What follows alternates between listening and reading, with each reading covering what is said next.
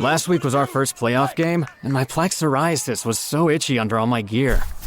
Sometimes just thinking about scratching could take me out of the moment. And then my doctor told me I could get clearer skin with a pill called Otezla.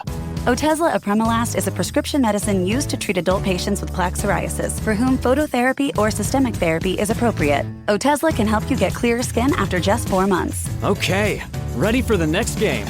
Talking to my doctor about a pill was a total game changer. Don't use Otezla if you're allergic to it. Get medical help right away if you have trouble breathing or swallowing, swelling of the face, lips, tongue, throat, or arms. Severe diarrhea, nausea or vomiting, depression, suicidal thoughts, or weight loss can happen. Tell your doctor if any of these occur and if you have a history of depression or suicidal thoughts. Live in the moment. Ask your doctor about Otezla. Call 1-844-4-OTEZLA or visit Otezla.com for prescribing info about cost, and more.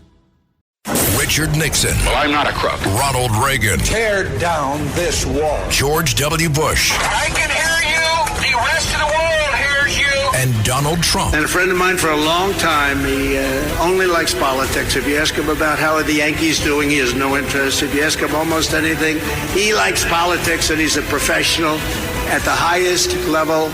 Roger Stone. All of these presidents relied on one man to secure their seat in the Oval Office. That man is Roger Stone. This is The Roger Stone Show on 77 WABC.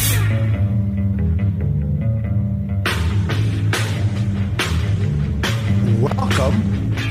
I'm Roger Stone, and this is The Roger Stone Show at 77 WABC Radio. What really disappoints me is that there have been multiple opportunities to settle the Russia-Ukraine dispute through negotiations. At least on 3 occasions, it appears there was a peace settlement in the works, and in all of those cases, those peace settlements were scuttled by the U.S. State Department. In the meantime, the two-tiered justice system continues unabated. Attorney General Merrick Garland is refusing to hand over an audio recording of Special Counsel Robert Hur's interview with President Joe Biden regarding what Hur described in his final special report as, quote, willful retention of documents during his period as U.S. Senator and Vice President in violation of the law. Now, I'm old enough to remember that when Richard Nixon's famous Watergate-era White House tapes became known, that Nixon insisted that they were his personal property. But even if they were not his personal property, the content of those tapes was protected by the legal concept of executive privilege. Nixon published a full transcript of all the tapes, which was an extraordinary clerical feat. But that was not acceptable to the Democrats, not acceptable to the American people, and ultimately not acceptable to the courts. So the courts ruled that Nixon's tapes had to be turned over to the U.S. Congress, had to be turned over to the Watergate Special Prosecutor, and had to be turned over essentially to the American people. What's amazing here is that Steve Bannon, an ally of President Donald Trump, and Peter Navarro, a veteran of the Trump White House. Navarro's in jail. Bannon faces jail because of their simple refusal to respond to a contempt of Congress citation. Here is a short audio of Democrats talking about the outrageousness of anyone having the audacity or the gumption to refuse a congressional subpoena. Do you think people who refuse to comply with congressional subpoenas should be prosecuted by the Justice Department and at the end of the day go to jail? Yes. If you act deliberately with sneering, cavalier contempt for the American people and their representatives, we will hold you in contempt. In America, when you are subpoenaed to testify in court or in Congress, you show up, period. That if we fail to hold Steve Bannon accountable, that he will be the exception. He will become the rule. Either we are all equal before the law or none of us is.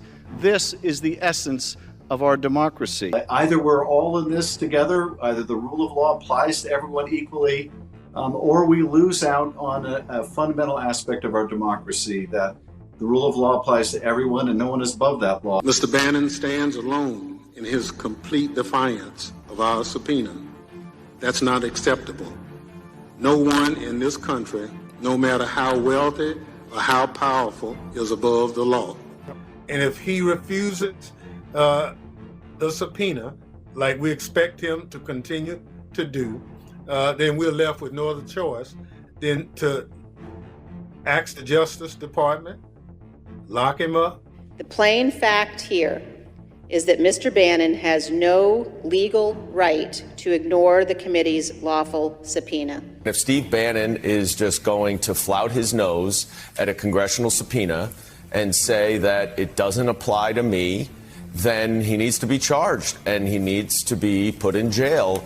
Mr. Bannon's willful disregard for the Select Committee's subpoena demonstrates his utter contempt for the American people's vision that defies the rule of law and rejects the will of the American people. We're serious about this. And anybody that is either being subpoenaed now or will be in the future, think twice before you reject a lawful order from Congress. When you get a subpoena, the law requires you to comply. No one is above the law. I sent people out to pick people up that ignored my subpoenas. Yeah. I mean, that's how it's done. Child, the sheriff? Yes. That's right. Drive up to the house? Yes. And snatch your behind. Yes. And put you in the jail while everybody figured stuff out. Maybe that's what needs to happen. It does matter if the new normal is that if you're a Trump ally, you don't have to respond to subpoenas. It matters whether or not he feels safe defying the law here. Steve Bannon, who defied the committee with his sort of characteristic two-shirted defiance, told you guys to go take a long walk off a short pier. What's the lesson here? The lesson is, please tell your children out there in America, if you get a subpoena to go before Congress or you get a subpoena to go to the court, go.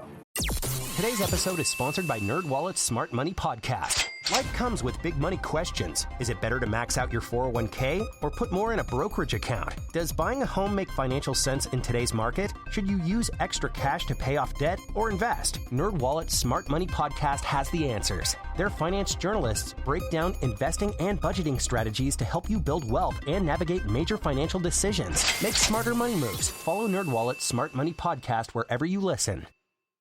What's your message to people who defied congressional subpoenas on the January 6th committee?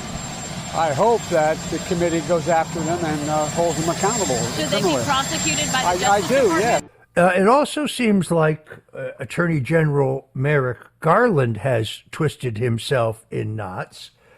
He knows what his financial responsibility is.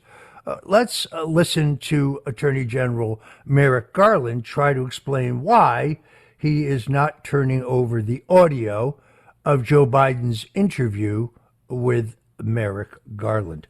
The Justice Department is a fundamental institution of our democracy. People depend on us to ensure that our investigations and our prosecutions are conducted according to the facts and the law and without political influence. We have gone to extraordinary lengths to ensure that the committees get responses to their legitimate requests. But this is not one. To the contrary, this is one that would harm our ability in the future to successfully pursue sensitive investigations.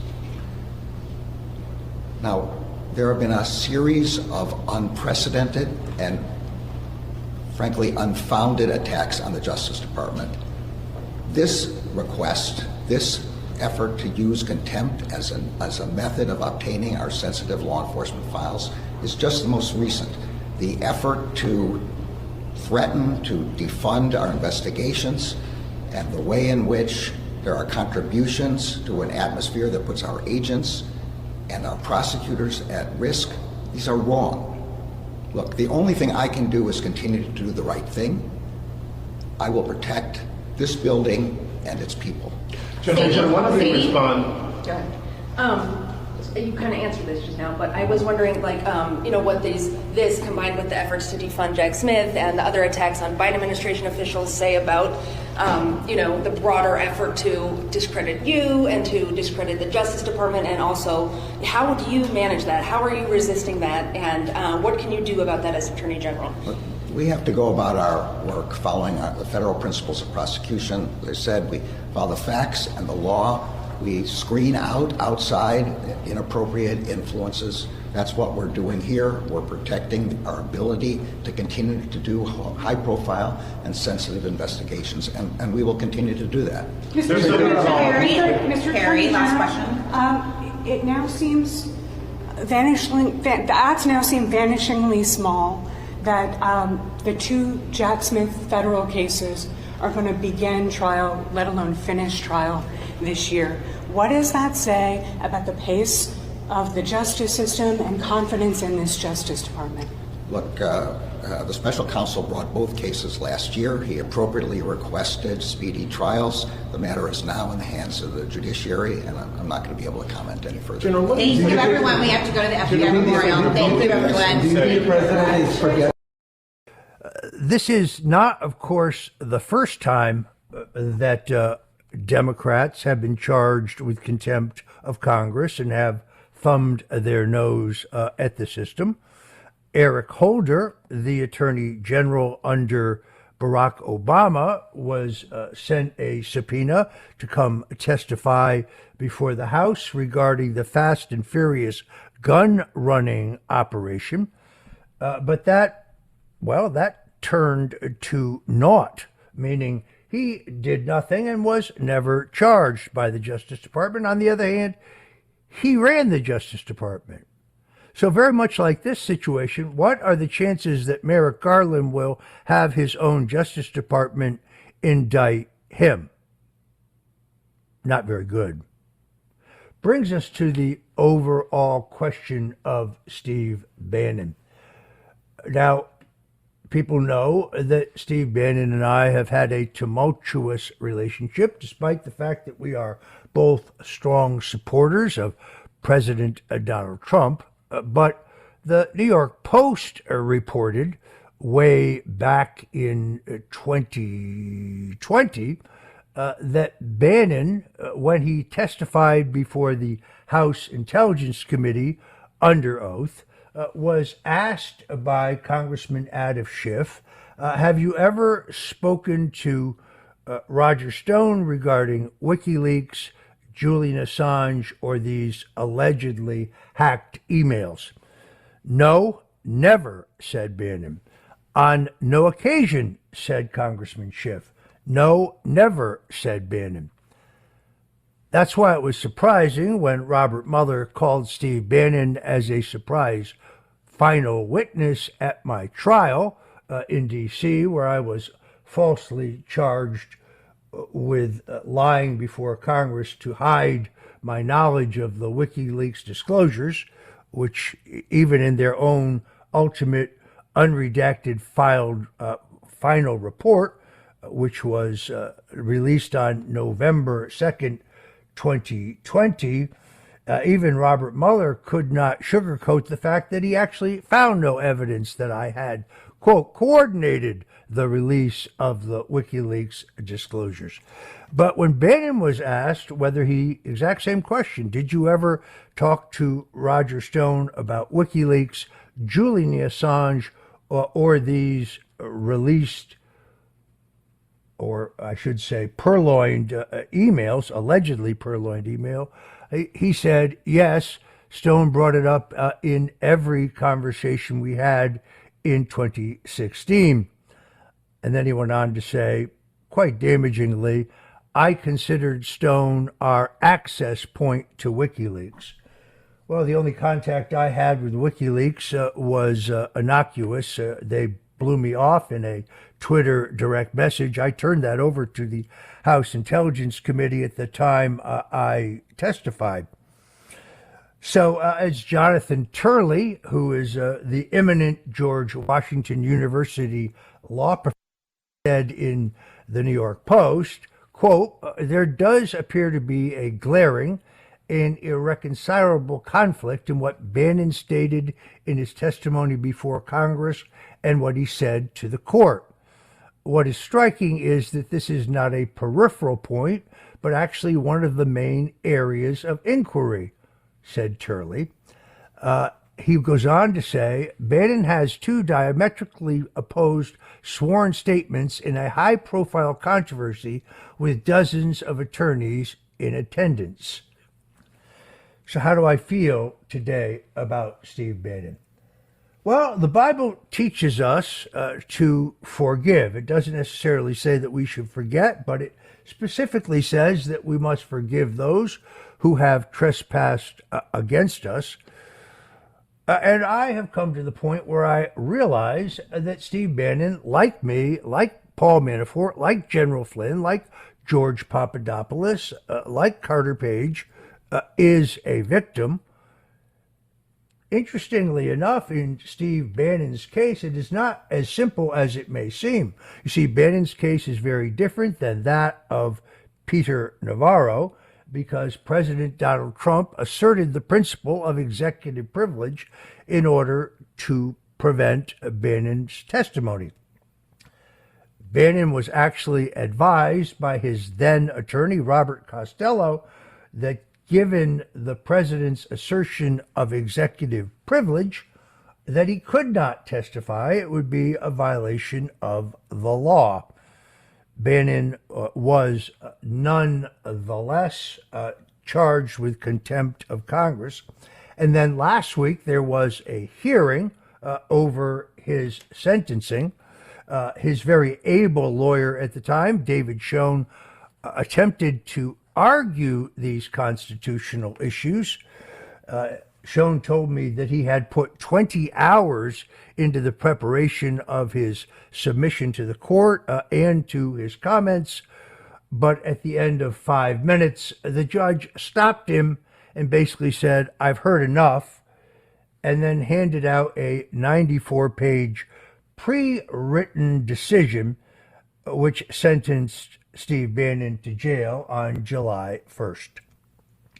Bannon has now filed an emergency appeal to the U.S. District Court of Appeals, saying that the purpose of his immediate incarceration is to stop him from participating fully in the upcoming presidential election.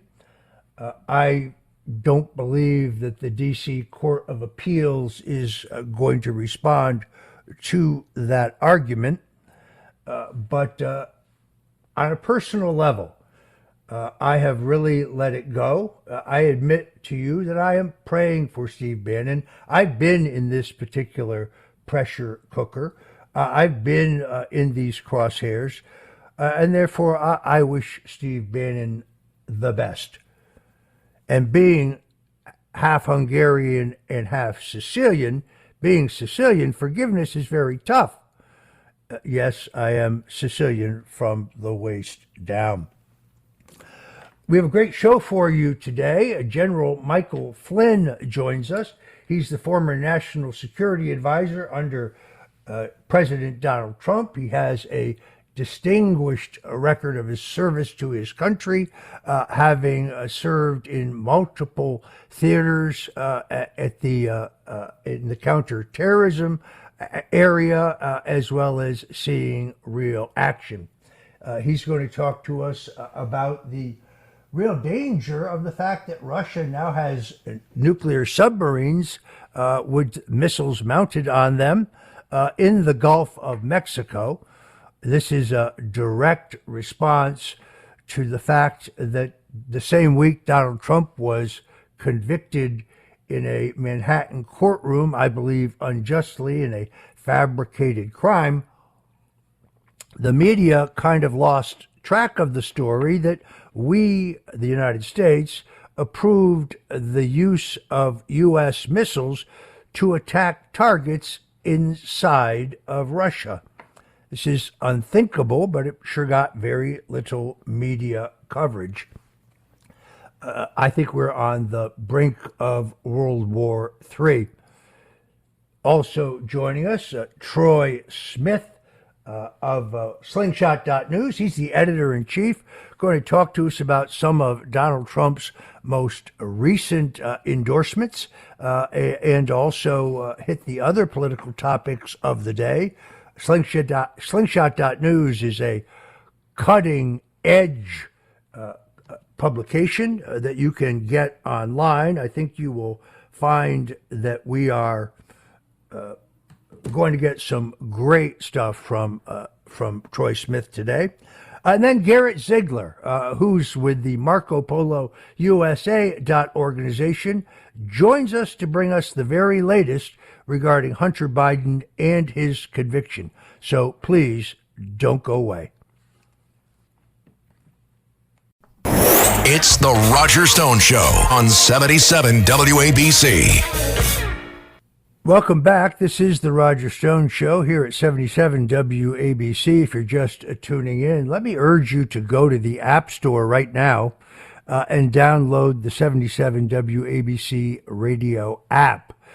That way you never miss any of the great programming, whether talk or entertainment, that we have here at 77 WABC. You don't want to miss Larry Kudlow on Saturdays. You certainly don't want to miss Curtis Sliwa. You don't want to miss Katz and Crosby. We have some of the best programming in the country. You don't want to miss all of it, folks. You just go to the 77 WABC radio app, download it to your phone. And that way, if you miss one of these great shows, you can always go back and listen to it later. Also, remember that if you're not in the New York, New Jersey, Connecticut area where I grew up, you can always listen to our show, in fact, all of the programming, at WABCradio.com. That's WABCradio.com. We're live streaming. I think it's in 173 countries worldwide. So there's never any reason for you to miss the Roger Stone Show or any of the other great programming here at 77 WABC. Later in the show, folks, I am going to reveal my grandmother's famous recipe for meatballs. Everybody loves a spicy meatball. We've gotten a lot of incoming mail asking for the meatball recipe. As you know, I'm working on a 77 WABC Roger Stone Show cookbook in my spare time, which is almost none, but it is in fact coming along. So you're going to want to stay tuned for that. We spoke earlier of Steve Bannon and the fact that he may in fact be facing imminent incarceration for 4 months. Then, of course, he has to face a second trial at this point, I believe, scheduled for October in New York State in front of, all people, Judge Juan Merchan, the same judge who sat in the so-called hush money case. So somehow Judge Merchan, by the luck of the draw, got the Trump case against Alan Weisselberg, the former CFO of the Trump organization. He got the case against Donald Trump, and now he has the case against Steve Bannon. Pardon me, but I think the odds of that are pretty slim. Yesterday, I spoke to the Turning Point USA gathering in Detroit, probably the largest and most important gathering of young conservatives in the country. There were well over 3,000 people there. And perhaps I surprised the crowd when I called for justice for Steve Bannon. I believe that he is being persecuted just as I was. And at this point, I put our past problems aside, and I really do wish him the very best. He is yet another victim of the media Democrat cabal. Now, it's interesting because Congressman Matt Gaetz has come forward, and as he points out, all of the House proceedings are governed by, or I should say overseen by, the Bipartisan Legal Advisory Group, or BLAG. BLAG stands for the House in any legal proceeding. The U.S. House of Representatives has the power to go back and I think rightfully declare the January 6th committee hearings and all their contents as illegitimate. That would void the subpoenas that were sent to Steve Bannon and to Peter Navarro and would solve this problem. I actually wrote a memo to President Trump many months ago suggesting that this could be done because the January 6th committee proceedings were used extensively in court in all of those efforts to get Donald Trump off the ballot. This would make those avoided as well. Let's hope that Speaker Johnson and the House Republicans have the courage to do exactly that. You want to hang on, folks, because as I have promised us, coming up, Troy Smith, the editor-in-chief of Slingshot.News, General Michael Flynn on the world's geopolitical situation, and Garrett Ziegler of Marco Polo USA.org on the latest with Hunter Biden. You're tuned in to the Stone Show here at 77 WABC. Don't touch that dial. And as the late Jackie Gleason would say, away we go. This is the Roger Stone Show on 77 WABC. A man who's gone through hell, but he's kept going, and he's smart, and he's strong, and people love him. Not everybody, but people love him and respect him. Roger Stone. Now, here's Roger Stone. Welcome back, folks. This is the Roger Stone Show at 77 WABC Radio. My next guest is a man who I have unlimited admiration for. It's been my privilege through a 45-year career in public affairs to know presidents, governors, generals, congressmen, senators, and others. But I have never known a finer man, a finer patriot, a finer Christian gentleman, and a more brilliant geopolitical thinker than General Michael Flynn. General Flynn retired as a lieutenant general in the U.S. Army, and of course he served as the U.S. National Security Advisor under President Donald Trump. General Flynn's military career includes key roles in shaping U.S. counterterrorism strategy and dismantling the insurgent networks in Afghanistan and Iraq. He has also performed numerous combat arms, conventional, and special operations senior intelligence assignments. There is a new biographical documentary out entitled aptly Flynn. You can get it at flynnmovie.com. Flynnmovie.com. It's an amazing piece of work because it not only tells you what happened to General Flynn and his family, but more importantly, it tells you why it happened. General Flynn, welcome to the Roger Stone Show. Roger, thank you so much for giving me some time here this morning and today.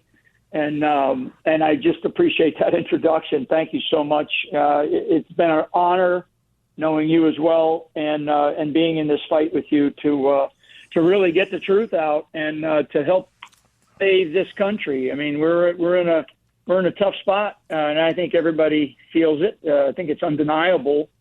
There's not only the domestic situation, but the emerging global situation that's going on.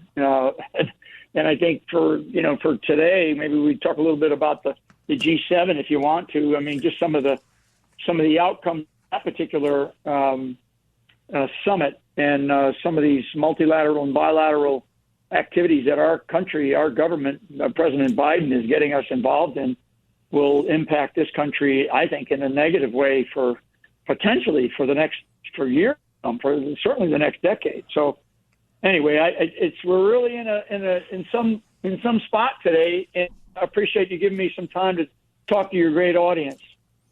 Well, I think the G7 is an excellent place to start. Most people, see the headline. They don't really realize what is happening. I, for one, am concerned about the fact that our representative in these talks seems to be, to have a diminished mental capacity. I don't know that he is standing up for the United States, but I'm going to let you talk about this. I wanted to have you on the show today because I think our country faces danger as never before.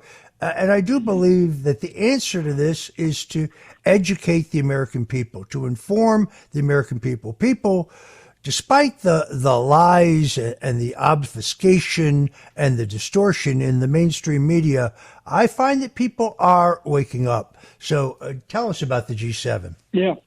Yeah, and so on that specific note about people waking up, I have gone around this country now, and you have traveled in some cases with me or been in some of these events, but I have personally gone around this country at least 3 times now in the last 3 to 4 years, and people are definitely waking up. I mean, they're waking up even more, and I think in this past year, we've seen that. I've seen that certainly personally even more. I mean, so the G7 summit, and you were right to point out, Biden's basically his mental faculties or his inability to be able to perform at any level. I mean, it's beyond concerning. It's scary because this is the president of the United States of America. They're supposed to be, the United States should be the world leader still. We are as a nation. We are not as the representative leader that we do have in the White House in the Oval Office. Now he's sitting over in this G7 is not. He is not he's clearly not leading anything. He's hardly able to get himself to wherever he's got to go to the next appointment. I mean, it's so sad. So what is happening? And I think sort of strategically, we're in this period of prolonged societal conflict.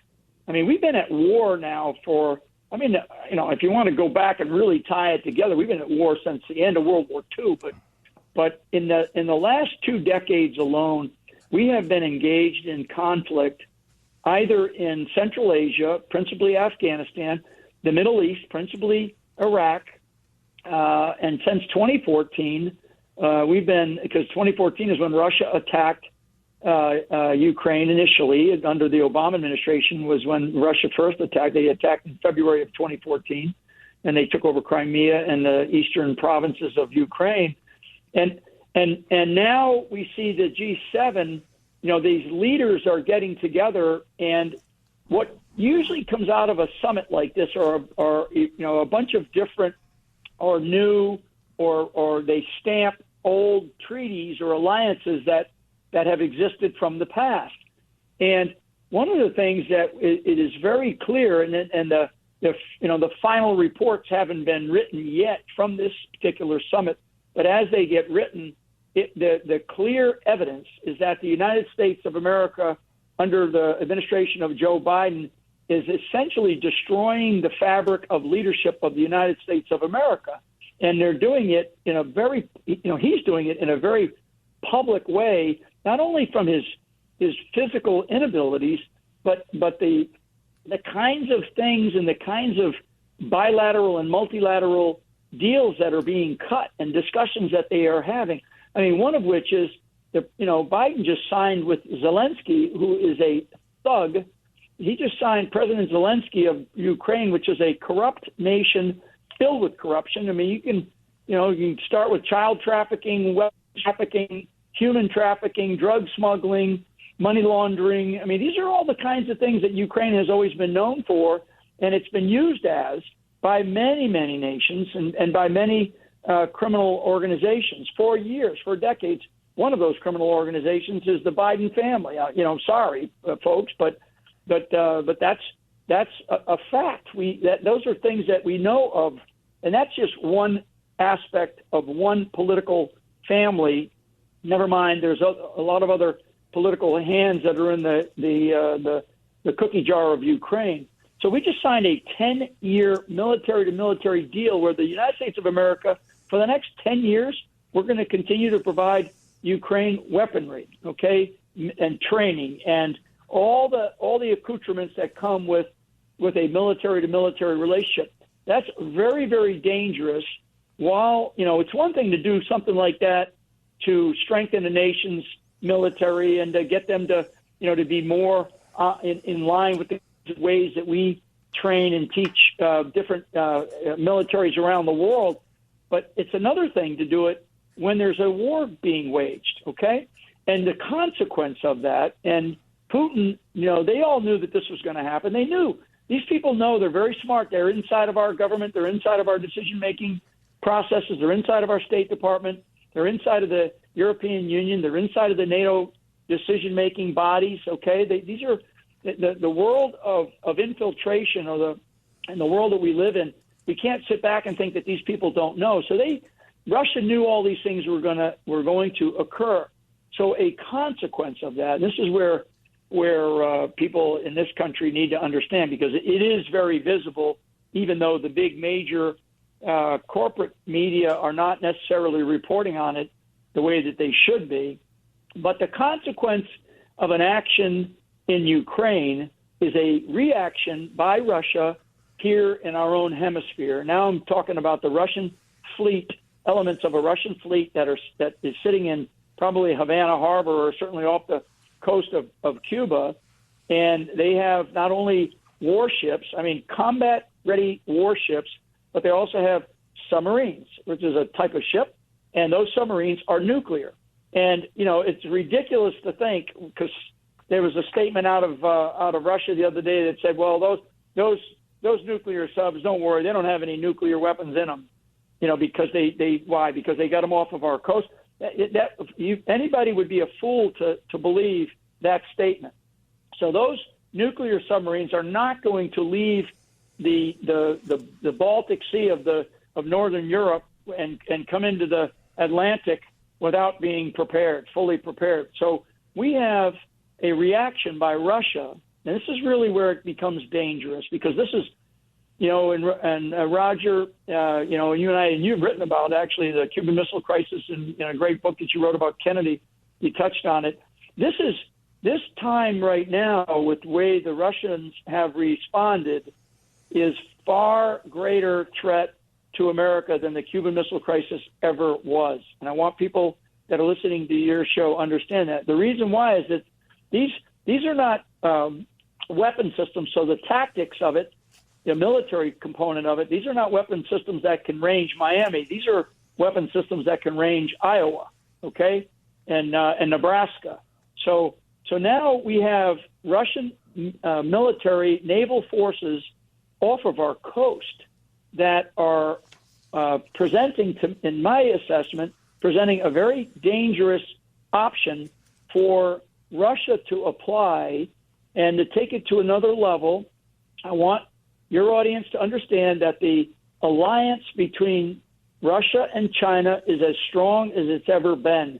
In 2012, I'm going to take everybody back a little over a decade. In 2012, the Russians and the Chinese signed one of the biggest military agreements in the history of military agreements, okay, so over a decade ago. And then they've reestablished that military alliance between those two nations since that time and strengthened it.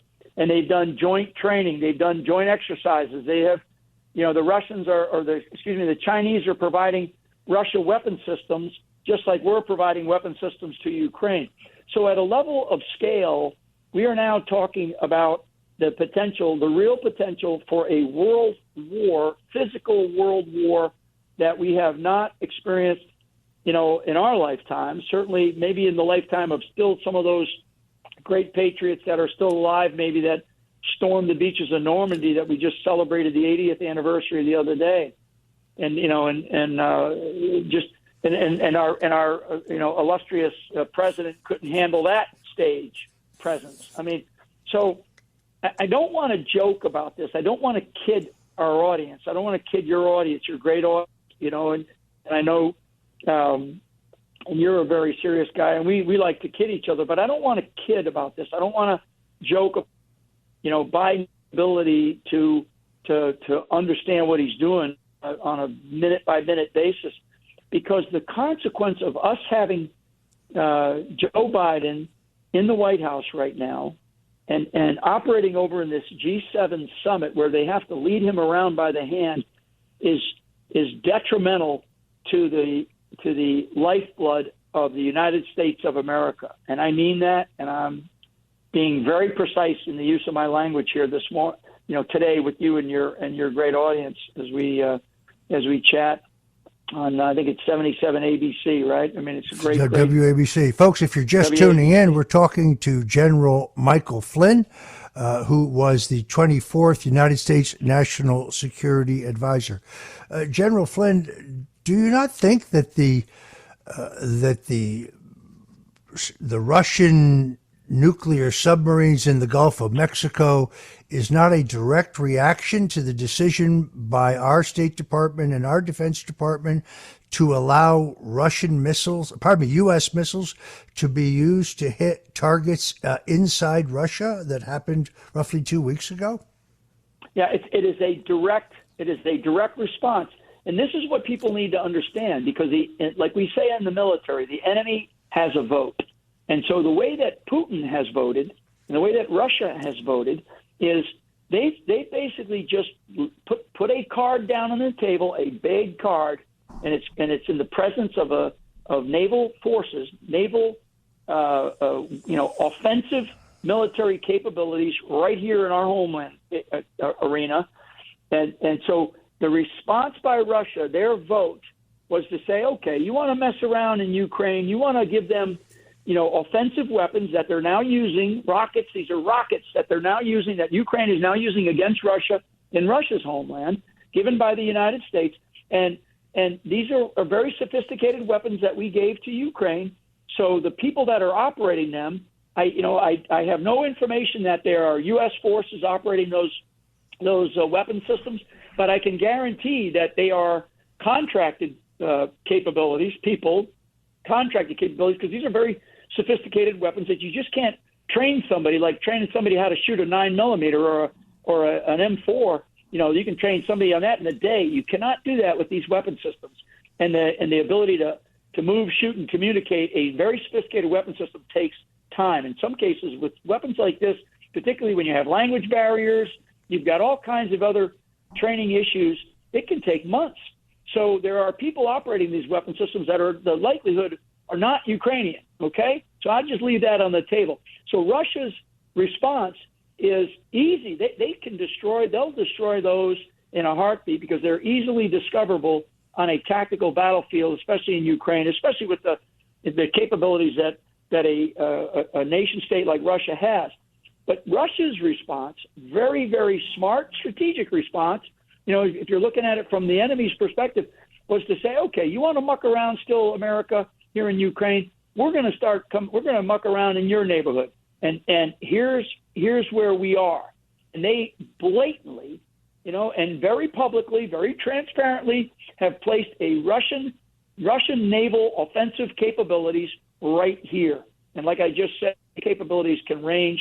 It's not just ranging, the Sarasota or Tampa or Miami or Naples or whatever. It's to range Iowa. Okay, that's the capability that we now have, and these are very, very sophisticated. And trust me, these are people that are well trained. So their forces are Russian forces are very capable. So let me just, if I have a minute here, I want to kind of array what does the U.S. have to stop this kind of stuff. So we have our Navy, we have our Army, we have our Air Force, we have our Marines. So our Navy and our Army can't even make recruiting right now because we have a lack of trust by the American people in our military. Our Navy right now is so stressed over in the Mediterranean, dealing with the situation in the Middle East, and frankly the situation up in Ukraine inside the Black Sea. So I need people, your audience, to pull out a map. So our Navy is present in the Mediterranean. Our Navy is present in a big way still in the Persian Gulf and the Arabian Sea and the Red Sea to basically protect the littorals of the commercial transportation that comes in and out of that part of the world. Our Navy is arrayed over in the Pacific right now because of the threat that China is posing to the Taiwan Straits. And God knows what our response will be if China decides to roll into Taiwan, which they could do in a second, in a moment's notice. So our Navy is arrayed there. Our Navy also has to be arrayed in other parts of the world to protect our own commercial activities, right? That's why they're out there. So they're in the Indian Sea, they're in the South China Sea, they're in the Atlantic. I mean, that is a stretched Navy, and our Navy, our carrier fleet, we don't have that many. So we don't have like what we used to have under the days of Reagan when we had 20 aircraft carriers that were at sea, that could be put at sea in a heartbeat. We don't have that capability. And when I say 20 aircraft carriers, these are aircraft carrier battle groups. So, I don't know how much detail we get into, that your audience wants to take, but I want the audience to understand that the enemy has a vote, and Russia has voted to operate in our hemisphere. Let me add one more second, and I'll throw it back to you, Roger, if you have any questions. The other thing that we are facing is right here in our homeland. Okay, we are facing a terror threat. We are facing a potential coordinated effort by Russia and China for groups here in the United States of America. So we already know that the Chinese work very closely with the Mexican cartels. And of course, I'll just use one, MS-13 here in the United States. They're all over the country. But these gangs that are operating inside of the country, and there are large numbers of Russian gangs and Russian organizations. There's Chinese gangs and Chinese organizations here in the homeland. So if you have Chinese-made fentanyl and it's introduced by the Mexican cartels, so that tells you right there that the Chinese are allied with these organizations that are operating on our turf right now. Russia and China have as close a relationship as in any time in their history that they've ever had, military to military, and certainly economically. And so they are both, those two nation states, Russia and China, trust me, they are operating in our homeland, and they will align themselves with whoever will give them an advantage against us. And so when we have this feckless, clueless, arrogant level of quote unquote leadership inside of our administration, in the State Department, in the Department of Defense, in the Department of Commerce, and certainly in the White House, in the national security system, within the intelligence community, which we do have right now, we are in a place of grave danger. The United States of America. Yeah, let me just hold you up there for 1 second, General. We're talking to General Michael Flynn on the Roger Stone Show here at 77 WABC Radio. We're going to take a quick commercial break, and then we'll be back for a final segment with General Michael Flynn. It's the Roger Stone Show on 77 WABC. Welcome back on this beautiful Sunday afternoon. We're talking to General Michael Flynn, a retired United States Army Lieutenant General who served as the 24th U.S. National Security Advisor under President Donald Trump. As I said earlier, his career included key roles in shaping U.S. counterterrorism and strategy, and also helping to dismantle the insurgent networks in both Afghanistan and Iraq. We are honored to have him. General, I'm sorry I interrupted you. There is so much to cover. It's really hard. Let me throw this out to you. Look, I think you love the U.S. Army. The only two things I know that you love more are your country and your family. I know how you love the U.S. Army. I've seen you with veterans. It is heartwarming. What's the current condition of our military? Yeah, so our Army right now and the military at large, and I think the military overall is reflected in the status and state of play of our United States Army. And our Army has not met its recruiting goals and is not likely to meet its recruiting goals. Is really, really dangerous for the United States of America because that is a critical national security capability, right? The United States Army. The Army readiness rates are where they need to be. They're low. Actually, the The supply of the type of armaments that we would need is low.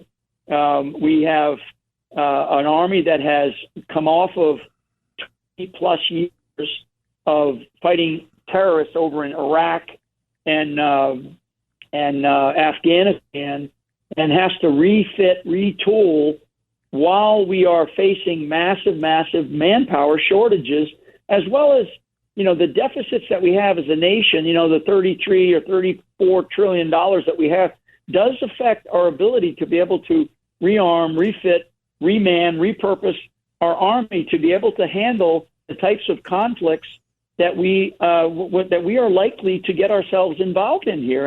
And one of those conflicts could be on the European plains. It could be right here at home, as I just described. So our army is not in, if you think about a body being in good shape, right, being a healthy body, our army is not a healthy body right now. And in fact, it's very weak. Now the Secretary of Defense and the generals and admirals of our Navy and all these other, and our other forces, the Air Force, the Marines, they're all going to stand there and go, "Oh, we're ready. We're ready to fight." Hey, folks, we just lost 2 wars, really. I mean, 2 conflicts. Afghanistan, we retreated under fire, and Iraq, we didn't fare much better.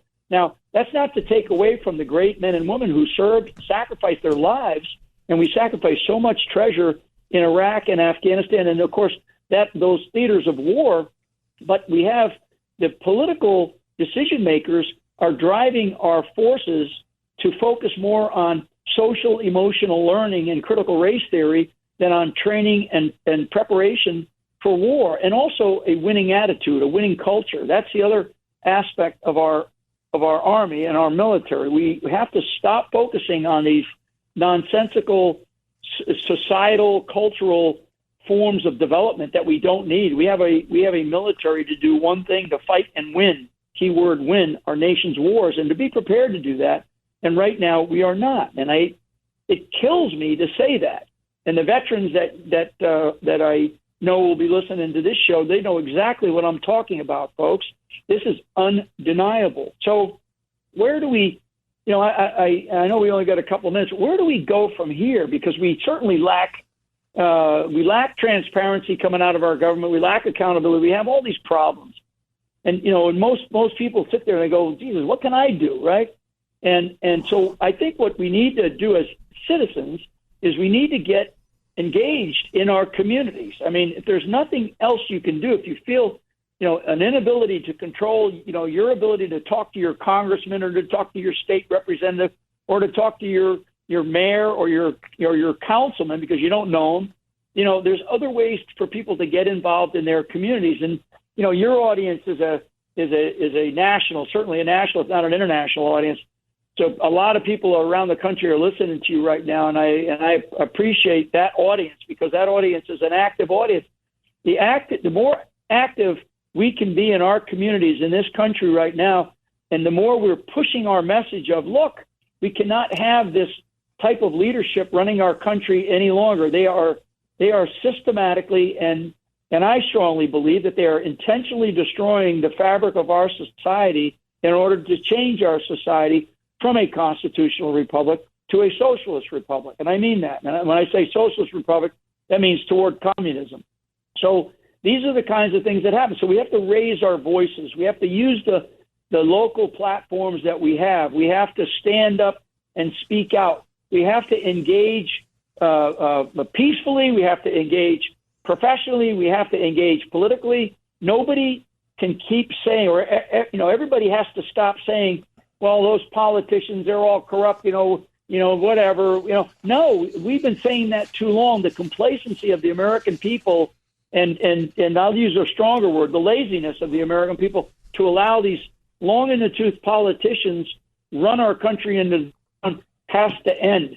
That's why I'm a big supporter of President Donald J. Trump, because he was a guy that wasn't involved in politics, at the level of running until he decided and he saw this country was being destroyed, and he loves this country. So he stepped up and he got involved.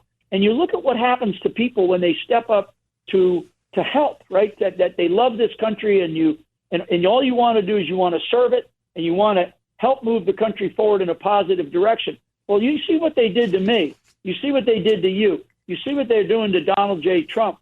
And so President Trump, he's going to continue to stand his ground, and really be that pointy end of the spear, so to speak, to represent America and represent what we should be known as, which is that shining city hill that Reagan, highlighted, that true, North Star, right? That beacon of light out there for the rest of the world to admire, but we do it in a humbly way. And I think that America still, I believe that the grassroots of Americans out there, they still firmly believe that. As we said at the very beginning, people are waking up, and that's what we need more of. And I want people to get involved as we roll into the November election. I want people to really, really pay attention in their own local communities. Get out there and do whatever you can do, but by God, get out and vote. So I'll leave it at that, Roger. Thank you so much for having me. All right, we've been talking to General Michael Flynn. Again, a great new documentary film, Flynn, which tells not only what happened to General Flynn and his family, but more importantly, why it happened. It's a very powerful piece of filmmaking. I really urge you to see it. You can go to flynnmovie.com and check that out, flynnmovie.com. Thank you, General Michael Flynn, for joining us today on The Roger Stone Show. God bless, Roger. Thank you, and thank your audience, please. Thank you. It's The Roger Stone Show on 77 WABC. Welcome back, folks. This is The Roger Stone Show at 77 WABC.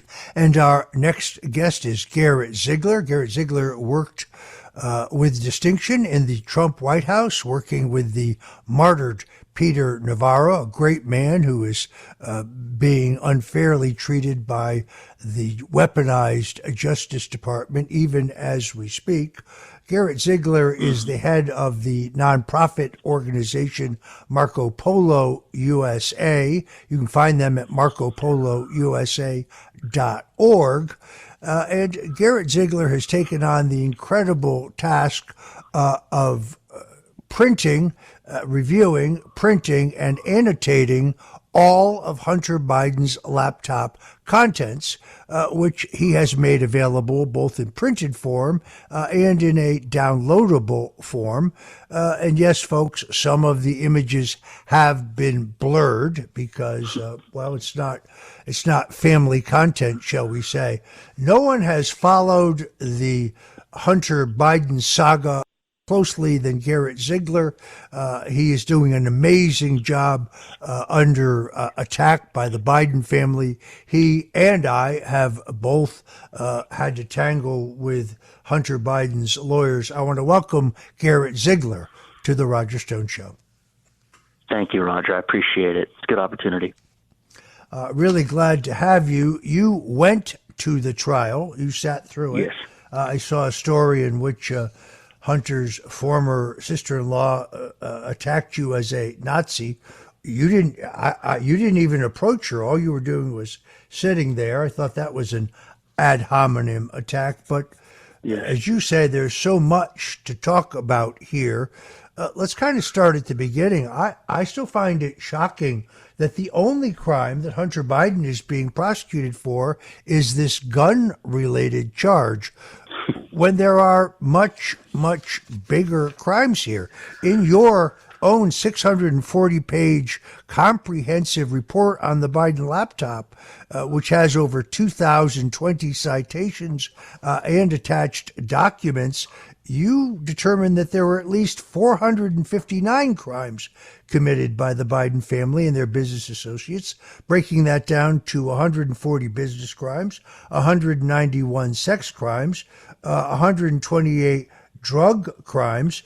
We haven't even gotten to the foreign agents registration failure and what could constitute treason. So I don't even know where to begin. I'm going to let you take it from there. Well, I look at it as, and thank you for going through that, I look at it as a three-rung ladder. The one in Delaware last week is on the third rung. It's like C-grade criminality. Ironically, one of the 3 charges that Hunter was convicted of is unconstitutional. And I'm a Second Amendment absolutist, and 18 U.S.C. 922G is clearly unconstitutional. Just because somebody's a user shouldn't deprive them of the ability to defend themselves with a firearm. And so that may be reversed at SCOTUS. But the other 2 are cut and dry. He lied on the form. You can't lie on a form. The form is constitutional. So that's a big irony of this. And you alluded to his second wife, Melissa Cohen, coming up and accosting me. I never responded to her. It wasn't the time and place. We were right outside of the courtroom. I was getting a drink from the water fountain. I never said one word to them the entire day. And I bring that up just because we've been fair to Hunter this entire time. We can see that this Delaware trial, he was clearly guilty of 2 of the 3 charges, but this is a special counsel that wants to be able to hold up a trophy and say, hey, look, we're applying the law equally to everybody. No one is above the law, quote unquote. And we've said this from the very beginning, that this 3-rung ladder, the 3rd rung that they're charging him on, is the least important and maybe shouldn't have even been brought. It's that 1st and 2nd rung that we care about. And the 2nd rung will be tried in September in Los Angeles, starting September 5th. I'll be in the courtroom every day for that one, too. I'm trying to work out lodging so I don't lose my rear end on lodging in L.A. But that's going to be a 3-week trial. And all of the press about their crocodile tears and having to listen to Hunter go through the quote-unquote throes of addiction. First of all, they talk about him like he's a 21-year-old undergrad who just got a hold of coke and can't beat it. This guy's 54. He's double my age, and they treat him with kids' gloves. He has a daughter that's older than me. So this, he needs to buck up and act like a 54-year-old male, and the press needs to start talking about him like they would any other 54-year-old. So the Delaware trial lasted 6 days. I was there every day. His family's nuts. Jill, Ashley, Melissa, they were all gesticulating, whispering in the gallery while the prosecutor was talking. It was very distracting, probably both to the jury and the other people in the gallery. It was very inappropriate. When Derek Hines, the AUSA, held up the physical device, the laptop, which exonerates you, me, everyone, Rudy, when he held up that device, it was entered as Exhibit 16. Jill and Ashley and Melissa were shaking their head. And, of course, they're flanked by Secret Service officers, the U.S. Marshals. And so it's an imbalance. The picture's not balanced. You have all these other people, normal folk, following the rules and not making any commotion in the gallery. But the people who have Secret Service officers. So I think it was a tacit intimidation tactic to have Jill there, because when Jill was there, you had more SS officers. So, I think they'll be turning now to that 2nd rung. I think there will be vast pressure on Hunter to plead out, because they know, based on the indictment, that this 2nd trial is so much more important, because it will touch on Joe. Not completely. We're not going to get to that 1st rung of FARA violations of money laundering, because Weiss doesn't have the strength of character to do that. The special counsel, he's too corrupt. But the final charge, meaning by final I simply mean the oldest charge in that indictment, is 2016, when Joey was still VP. So there'll be a lot about Joey in this September trial, and it'll be within 60 days of the election. There's going to be so much pressure, and Abby Lowell will apply it to Hunter to plead out in that California trial. That is going to be so bad for them that I don't think they'll want him to go through with it. Yeah, I'm particularly sensitive to the California issues, which are basically built around taxes. I'm sick of reading on the internet that Roger Stone and his wife evaded $2 million worth of taxes, but they weren't prosecuted. And as a federal judge said when Abby Lowell tried to raise that argument at trial in Delaware, the Stones tax case and Hunter's are like apples and oranges. Hunter Biden failed to report almost $10 million in income. That's tax evasion. My wife and I reported every single penny. We also accurately reported all of our meager assets. As for tax evasion, I made a monthly payment of $19,960 every month for 8 years until the Mueller investigation bankrupted me. So there's no tax evasion on my part. And here's the great irony when they say, oh, Stone got a break. Really? I owe the IRS now $2 million. 75% of that is interest and penalties on which the government will give me no break whatsoever. And all the taxes in question go all the way back to 2006. So while Prosecutor Weiss, U.S. Attorney Weiss, let numerous tax charges against Hunter Biden toll out time-wise and let the statute of limitations run, they filed specifically against me because the statute of limitations, despite my regular payments, was about to run, and the Mueller investigation had bankrupted us. I'm a little sensitive on this point, so that's why I had to bring it up. No, it's a great point, and the only value I have in that is I have studied the judge who you just said called it apples and oranges, Mary Ellen Noreika. She's the one on July 26, 2023, blew up the plea deal by simply asking, okay, which conduct does this cover in terms of future immunity? That's all she had to do. She asked a third-grade question, and Hunter's attorneys lost their minds because they thought it covered everything, FARA, et cetera. And, Mary Ellen was fair throughout the trial. It's hard to deal with Abby Lowell. He's so arrogant and condescending.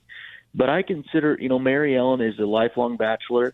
She's sort of like that nerdy older sister that you would have loved to cheat off of in high school. That's how I described her to someone. She's only been on the bench since 2019, and she only practiced IP law for 25 years. So her ability, I was impressed with her ability to conduct a criminal trial, considering in her private and previous life, she not only wasn't a judge at any level, she was only handling civil litigation, which is so different in terms of witnesses, objections. Abby Lowell, for God's sake. I mean, Abby Lowell should have had his deputy, David Kalansky, who was 29, argue the case. You could tell the jury wasn't impressed by Abby Lowell because he's so condescending and ugly and a gremlin-looking character. His young guy did a couple of cross-examinations, and I thought he did a phenomenal job. And that's why, again, the Biden's attacks on me personally and our group are so ridiculous, because they've never accused us of being untruthful, right? We try to see things fairly and be honest. It is an honest take that Abby Lowell is a lying scoundrel. That doesn't mean we hate everybody on Hunter's defense team and want to see him die. That's not our point, right? We call balls and strikes, and the fact of the matter is the guy's laptop is full of criminal activity. Even the corrupt FBI agrees with us. So I think by calling me a Nazi, Roger, they're trying to, like you said, engage in the lowest form of logical fallacy, which is ad hominem. They never talk about our work. And, weirdly, Melissa Cohen helped us sell 450 reports in a day.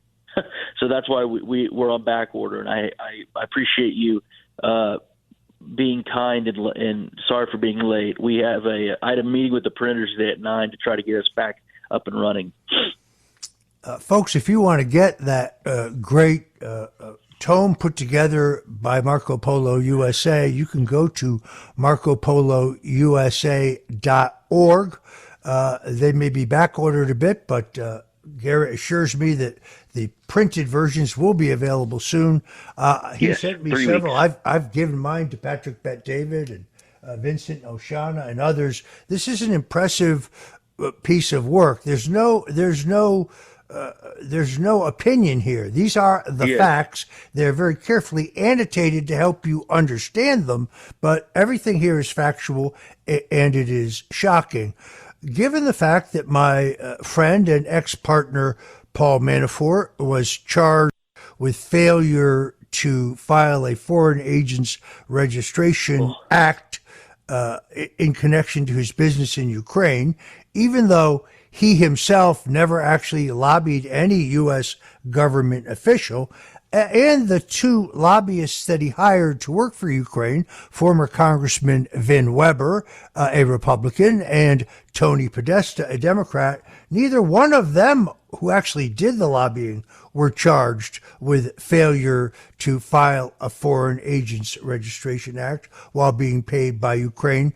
I'm having a hard time understanding why Hunter Biden and other members of his family are not being charged with the failure to file this lobbying registration. I mean, you look at these numbers that came out of the House Oversight Committee. They now have actual bank records.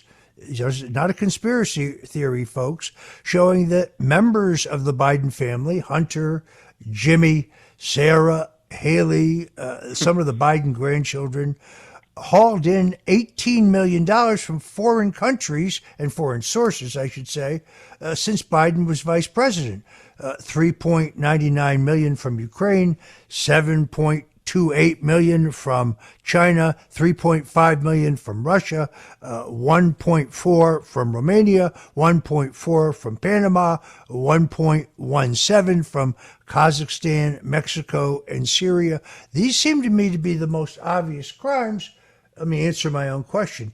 Is the reason they are not pursuing these is because they lead directly to Joe Biden himself? Yes, that was the product they were selling.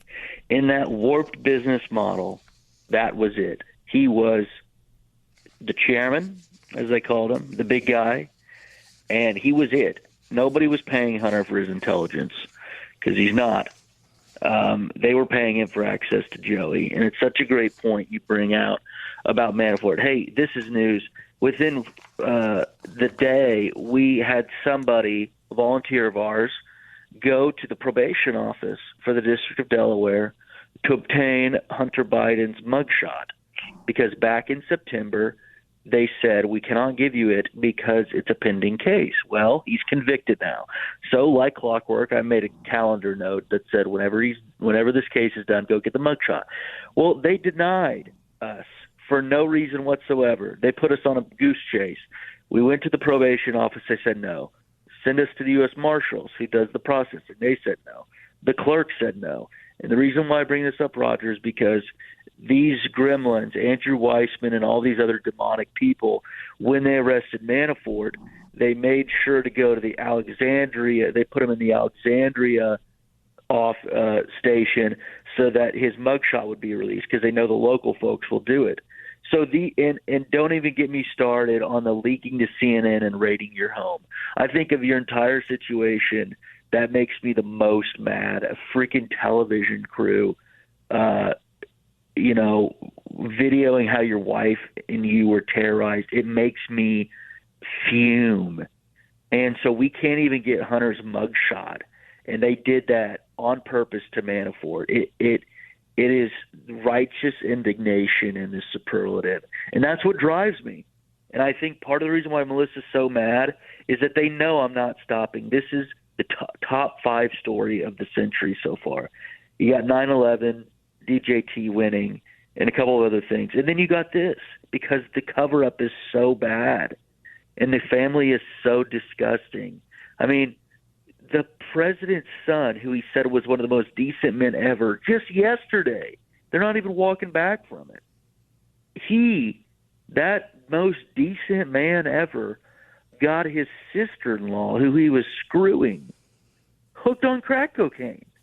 I mean, these are degenerates, and they don't even fess up to it. It's one thing if they said, you know what, I was in the dark, now I'm in the light. They don't even address it, and then they call you insane for bringing it up. Yeah, it's really extraordinary. Folks, if you're just tuning in, we're talking to Garrett Ziegler, who is the head of Marco Polo USA, a nonprofit organization which has taken it upon themselves to educate the American people regarding the actual contents of Hunter Biden's laptop, a laptop that we now know definitively is genuine, is authentic, despite the fact that members of the Biden family were vigorously shaking their heads no, and Congressman Dan Goldman, who's in a three-way contrast with Jamie Raskin and Adam Schiff to see who can be the most odious member of Congress. I think Raskin may be slightly ahead at this point. He just last week, once again, saying that the laptop had been tampered with. There is no evidence of that whatsoever. Folks, you're listening to Roger Stone. We're talking to Garrett Ziegler with Marco Polo USA, and we'll be right back. It's the Roger Stone Show on 77 WABC. Welcome back, folks. We're talking to Garrett Ziegler, former Trump White House aide, now heading the Marco Polo USA organization, which is a nonprofit which has dedicated itself to educating the American people about the actual contents of Hunter Biden's laptop. Like me, Garrett Ziegler has been threatened by the attorneys for Hunter Biden. In my case, they simply told me that if I didn't stop talking about this on this show and also on my daily podcast show, The Stone Zone, well, they would sue me. They also implied somehow that I knew in advance about the contents of Hunter Biden's laptop, that they had some convoluted Kevin Morris, the sugar daddy who paid Hunter's taxes, some convoluted theory that this had passed through my hands through a mutual friend of Garrett's and mine, Tyler Nixon, an excellent attorney. This is all fiction, folks. Everything I know about Hunter Biden's laptop, I learned in three places: the New York Post, Breitbart News, and the amazing report put out by Marco Polo. So they have really tried to use lawfare to shut you down as well, Garrett. Tell us about that. Yes, and, I must say they even tried to bring in Keith Abloh on that, and Keith Abloh had nothing to do with the laptop. So they're going after innocent people and just trying to destroy them. On our lawfare specifically, in 22, we had a budget of $195,000. That is, paying for our private investigator databases, my salary, and our independent contractors. In 23 alone, we spent $295,000 on attorneys. And again, if you're in a criminal trial, that is to be expected, but we haven't done anything wrong. And we're very small to begin with. So $295,000 to us is, more than my house. So, and I'm a young guy with 2 kids. My wife is pregnant. She's three weeks away from having a little girl. And these are the type of people that the Bidens attack. Morris sued us first for doxing. We won, and now he's appealing that to the California appellate court, state level. So he owes us about $50,000, but while he's appealing it, we can't collect on him. That came first. The second suit was from Hunter in September, and he's suing us under the Computer Fraud and Abuse Act. That statute requires Hunter to have ownership of the device. Well, guess what? The device is in the custody of the FBI and was just introduced into trial. We got a clone of a hard drive, right? The shop owner gave it to Costello. He and Rudy made many clones of the hard drive. I got one of those, and it was a SanDisk, 500 gigabyte thing that you can pick up for $1.99, $199 at Best Buy. So our copy of the hard drive, on which we wrote our dossier, which I believe is one of the best pieces of opposition research in American political history in terms of its breadth and depth. I'm not saying it's the most important one, but it is a total beatdown of Joe and Hunter, and they know that, and that's why this lawfare is. It's a complete rundown of the family. And right now, to update people, we are waiting on a decision from a judge that was appointed by Joe. Hernan Vera is our Marxist judge in the Central District of California. We had an hour-long oral argument on May 16th with our attorney and Hunter's attorney at Winston & Strawn, another horrible law firm contributing to this fiasco, and we're awaiting his decision. If we don't get it dismissed, we will appeal to the Ninth Circuit immediately. We're still over a year out from a trial, and we're going to throw the legal kitchen sink at these guys, even if we get to a trial. Yeah, it is. I had to go out and raise the money to hire a Delaware attorney to quash subpoenas for me, exploring my handling of Hunter Biden's laptop materials, which I never handled. It was, it's intimidation, really. It is. They just really want to shut you up. That's really what this is about. But if I step back and look at it strictly from a political point of view, it appears to me that in this case they have charged and tried Hunter with the least crime that they could, one that does not lead to Joe, most importantly. This allows them to say, oh, no, you see, we don't have a two-tiered justice system. We're only trying to lock up the former president of the United States in a trial in New York in which we can't even identify the underlying crime that makes these financial transactions in the Trump organization a felony.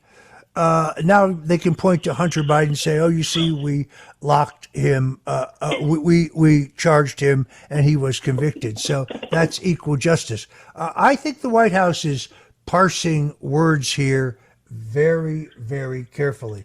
Although the President Biden has said he will not pardon his son, he has not said that he will not commute his sentence. Even in my case, the commutation came first, 48 hours before I was to be shipped to a dank Georgia prison far from my home, kind of a violation of the Bureau of Prison Regulations, where I was supposed to die of COVID. Unfortunately for the deep state, that didn't happen. Aren't they playing the same game here? They are, and they're expecting the public just to buy hook, line, and sinker this sob story that, my God, Joey's going to let his most precious thing go to the clink. And I'm a doubting Thomas on this because Joe has been a plagiarist and a liar from the beginning, and we have every reason to be a doubting Thomas. And so until Hunter sits in the concrete box with his Secret Service agent in tow, I won't believe it. And remember, it's a timing game, too. You don't have to remember that, but for our listeners, November 5th, that's what they want. They do not want a surrender date before that date. Even if Hunter gets sentenced to prison, if the surrender date is November 15th, they have no problem. Because win or lose, Joey is now a lame duck. He has nothing to worry about. He's never running again because he's going to die in a couple of years anyways. And he's termed out. And so it's a perfect opportunity for them to not have to address it till the election and just say, you know what, Hunter, stay out there in Malibu with smoke some bongs with Kevin Morris and just stay out of trouble. And we're going to take care of you on November 11th or something like that, right after the election, but before you have to report. Garrett, what did you make of these reports roughly a week ago that the Central Intelligence Agency blocked investigators from interviewing Kevin Morris, the Hollywood lawyer, producer, screenwriter, sugar daddy of Hunter Biden? I think they're incredible reports for two reasons. Number one, the guy who came forward and put it in an affidavit, Gary Shapley, has been proven right on absolutely everything. That first whistleblower, Gary Shapley, has been vindicated on every material point he's made since May of 2023. That's number one. Number two, Kevin has been in Hollywood since 1990. I think he graduated from NYU in '88, and he moved to L.A. in 1990. That is important because somebody who's been out there for 34 years has deep and long-standing relationships. Shapley never alleged that he's a paid informant, right? And we agree with that. We don't look at Kevin that way just because he's such a degenerate. I don't think they would want to risk having him be on the quote-unquote payroll. But he does from the outside, meaning being the chief lawyer for South Park, doing all these different projects, seem like the perfect guy just to have on as a friend, right? Just to be there if you need somebody who has their ear to the ground to scope something out. Because he doesn't need the money, first of all. The CIA wouldn't need to pay him. And second of all, the specifics about the allegation from Shapley, I guess this is my third point, are very fine. For example, they didn't just say Leslie Wolf went to Langley and got a briefing from the CIA personnel. And she's like a soccer mom who bragged about getting a coffee mug from the CIA gift shop, like a soccer mom would, right? Pathetic. So not only is Leslie Wolf engaging in despicable behavior and assenting to the CIA's illegal request not to look into Kevin Morris and have him as a witness in the case against Hunter, she's bragging about a gift shop. But the second person, there were two people named.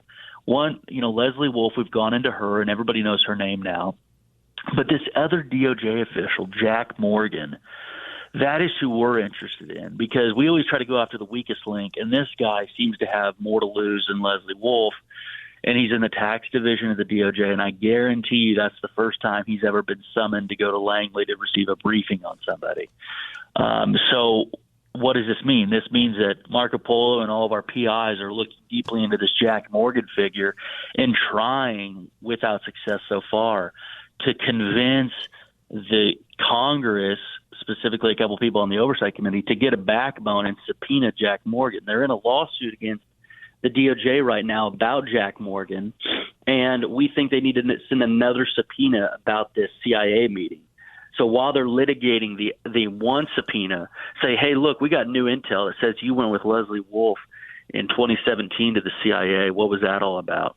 Folks, if you're just tuning in, we're talking to Garrett Ziegler of the Marco Polo USA organization about the recent Hunter Biden trial, and we'll be right back. It's the Roger Stone Show on 77 WABC. Welcome back, folks. We've been talking to Garrett Ziegler at the Marco Polo USA organization.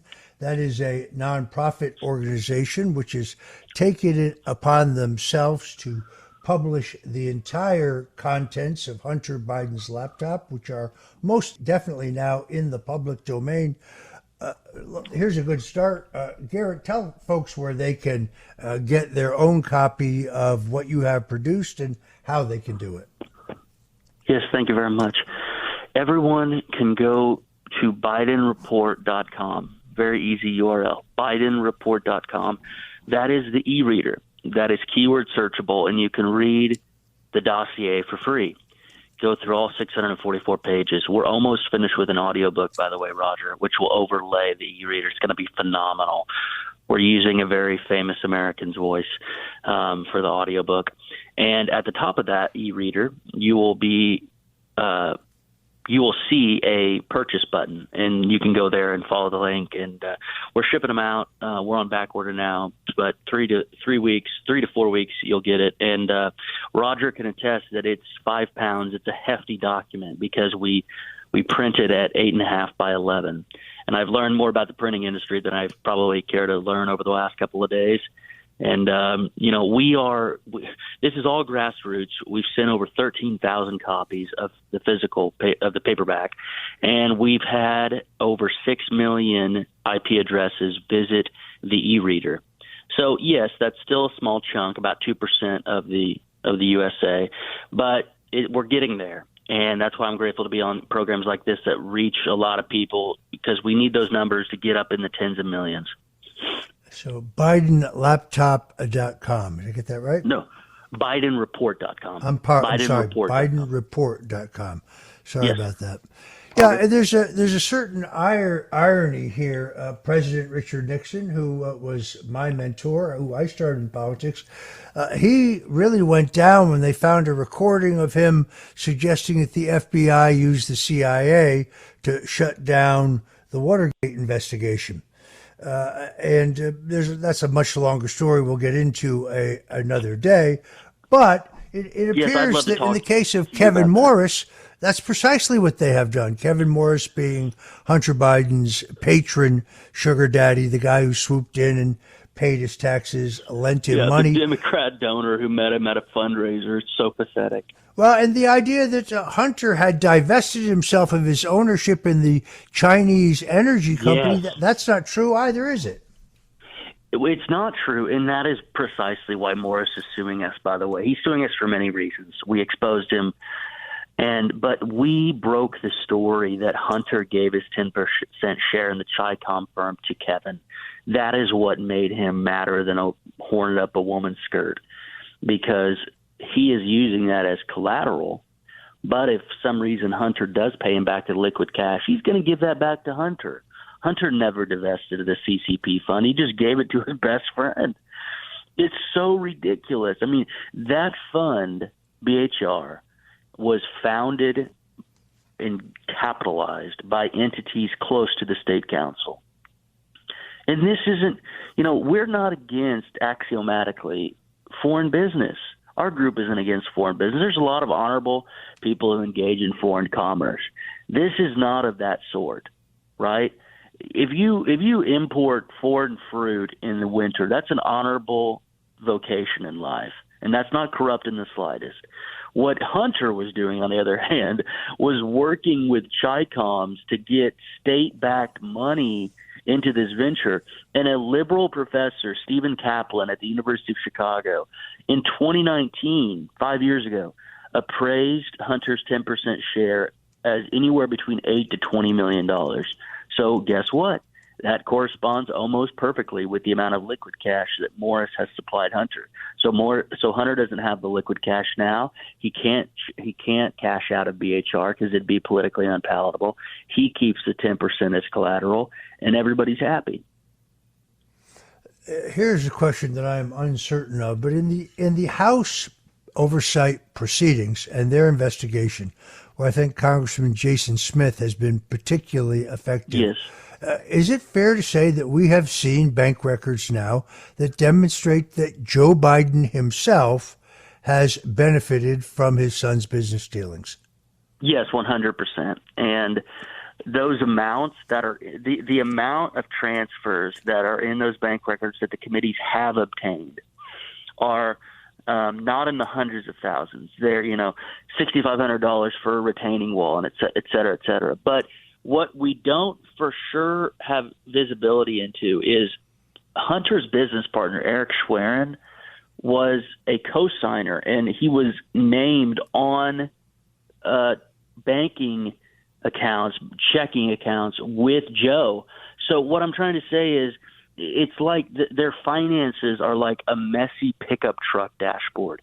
It's even impossible with the banking statements to figure out who capitalized the account, meaning if Joe and Eric Schwerin both have the ability to pull from the account, use the debit card, write checks, cash checks, it's not so much, what those transactions are, but who puts the money in, right? And if Eric puts the money in and he's Hunter's business partner, that's effectively, Hunter capitalizing Joe's account, because those contracts wouldn't have came through the door if not for Hunter and his relationship with his daddy.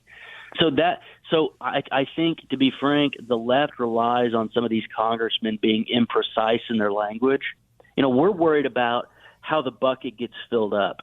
That part of the story is the most important, because that's where you prove the quid pro Joes, pun intended. It's not so much, what they use the money for. The Bidens are trash, so they're going to use it for, Joe repairing his 67 Corvette or whatever that he hid classified documents under. The purchases are just incidental, and they're pathetic most of the time. I mean, we're talking, we'll call them adult toys with his brother's widow. We put that in the report. Hunter expedited shipping for a Valentine's Day gift for his brother's widow at lovehoney.com. I mean, that's the kind of things they're spending money on from CEFC and other entities. But we're interested in how the bucket gets filled up. All right. Unfortunately, we are out of time. I want to thank our guest, Garrett Ziegler from the Marco Polo organization. And again, Garrett, Where can folks go to get your incredible work and also to send a contribution? Because there is no George Soros in the background writing multi-million-dollar checks to the Marco Polo organization. That's right. Garrett must depend on individual contributions from good American citizens like you. So where should folks go? Thank you very much. 2 sites, very simple. BidenReport.com to get the e-reader and the physical copy. And then go to fightbiden.org. That is our legal defense fund. It's a C3. It's deductible. It has the court docket so you can read what our filings are. So if you're giving to a legal defense fund, it's a Christian nonprofit law firm in California. These aren't blood-sucking liar lawyers, and there are a lot of them. So we've done things the right way, and we appreciate it. And we're nationwide funded. We have to, all of our donors are small dollar, and they're nationwide. So it's been a great endeavor so far. I appreciate you having me on. All right, Garrett Ziegler with the Marco Polo organization. Thank you for being with us, and God bless you. God bless you too. All right, joining us now is Troy Smith, the editor-in-chief of Slingshot.news. Troy, welcome to the Roger Stone Show.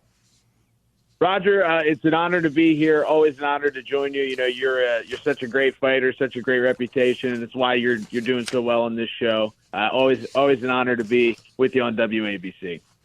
So there's a lot to talk about. The most shocking thing I saw this past week was a piece in the New York Post, again by Paul Sperry, that shows that subpoenaed bank records reveal that the Biden family, that includes Hunter, Jim, Sarah, Haley, and some of the Biden grandchildren, hauled in as much as $18 million from foreign sources since Biden became vice president, including $3.99 million from Ukraine, $7.28 million from China, $3.5 million from Russia, $1 million from Romania, $1.4 million from Panama, $1,017,000 from Kazakhstan, Mexico, and Syria. This seems to me to be, an impeachable offense. So Troy, what is the problem? Why do the House Republicans do not seem to have the courage to actually pass articles of impeachment against President Joe Biden? It took Nancy Pelosi and the House Democrats approximately 5 days to move articles of impeachment against Trump. The evidence was far thinner than this. In fact, I think there was no evidence, some evidence that the second impeachment was actually designed to cover up a crime by Joe Biden, who actually went out and bragged about the fact that he threatened to withhold $1 billion of funding to Ukraine unless they fired the state prosecutor who was investigating Burisma, the energy company in Ukraine that was affiliated and paying hundreds of thousands of dollars to Hunter Biden. What exactly is the problem with the House Republicans, Troy? Well, Roger, it's a question that I think a lot of Americans are asking themselves every day. And I would encourage people, we do have a website for the House and the Senate where people can find phone numbers and emails for their representatives based on where they are and who their representatives are. It's very easy to find this information. And I would encourage all the voters out there to contact their representatives and demand action on this because, Roger, the evidence is overwhelming that President Joe Biden being compromised when it comes to communist China or other nations out there is causing the United States foreign policy situation to worsen. And it's severely worsened just since Biden took the oath of office.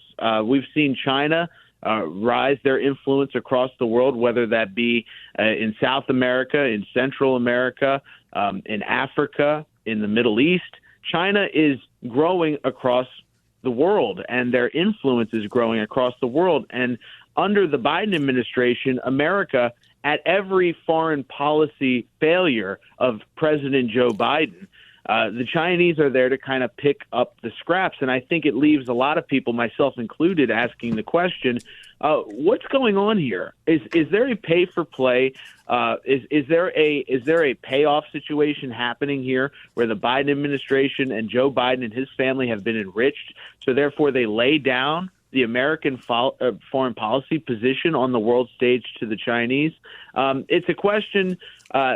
The House Republican inaction on this, Roger, I think is inexplicable, and it's a big reason why we're seeing the approval ratings for Congress at an all-time low. It's a big reason why people are very unhappy with the representatives in Washington, and I think Trump really represents the antithesis of what we're seeing from the House Republicans, especially on this issue, because where so many people have come to Washington with false promises and not fulfilled their promises and not stood for the things that they got elected, claiming that they would stand for, I think Trump is the opposite of this.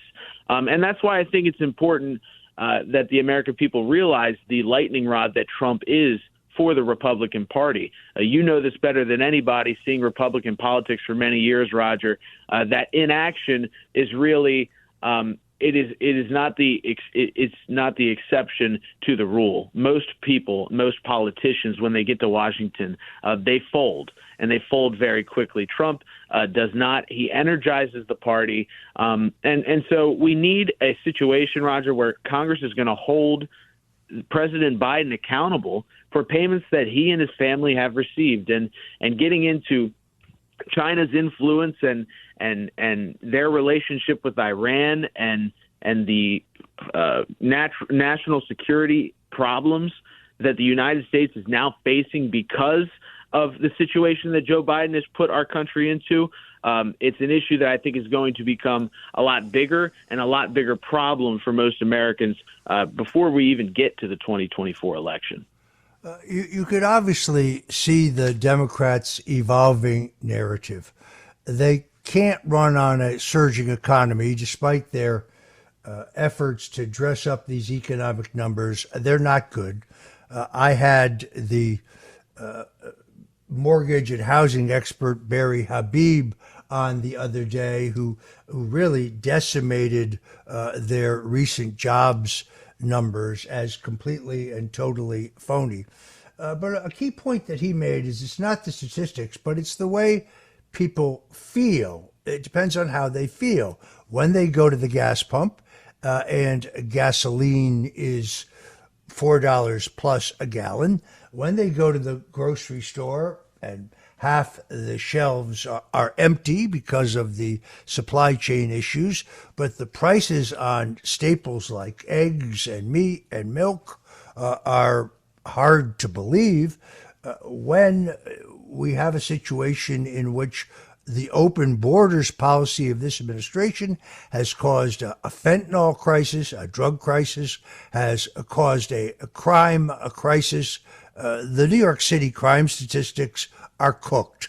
The United States FBI's crime statistics are cooked, all for political purposes. But the question is, do people feel economically stronger? They don't. Do they feel safer in their neighborhoods? They don't. It is very much how people feel, not how you tell them it is going. So I conclude that the Democrats will run on a platform of Donald Trump is a convicted felon. Boy, they had that one preloaded. They started on that the morning after the trial. It's name calling. Well, Jesus Christ was a convicted felon.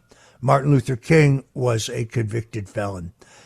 He was unjustly and wrongly convicted. But beyond that, they want to talk endlessly about January 6th, which in view of the recent revelations in which Nancy Pelosi is caught on videotape saying that it was her responsibility that the National Guard was not called. She's tried to backpedal furiously from that, but I think many Americans, even more Americans, have questions about what really happened on January 6th. They continue again and again to repeat this lie that 4 police officers gave their lives that day. It's simply not true. It's not true. 3 officers committed suicide after January 6th.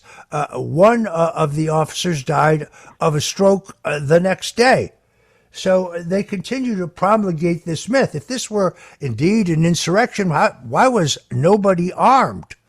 The only person who was armed, other than including the rest of the police, was the man who shot Ashley Babbitt, a decorated Air Force veteran inside the Capitol. Yes, trespassing. That's not right. But menacing no one, unarmed, shot and killed without warning. Michael Byrd, the officer who shot and killed her, rather than being prosecuted, was given a medal. Yeah, I'm not kidding.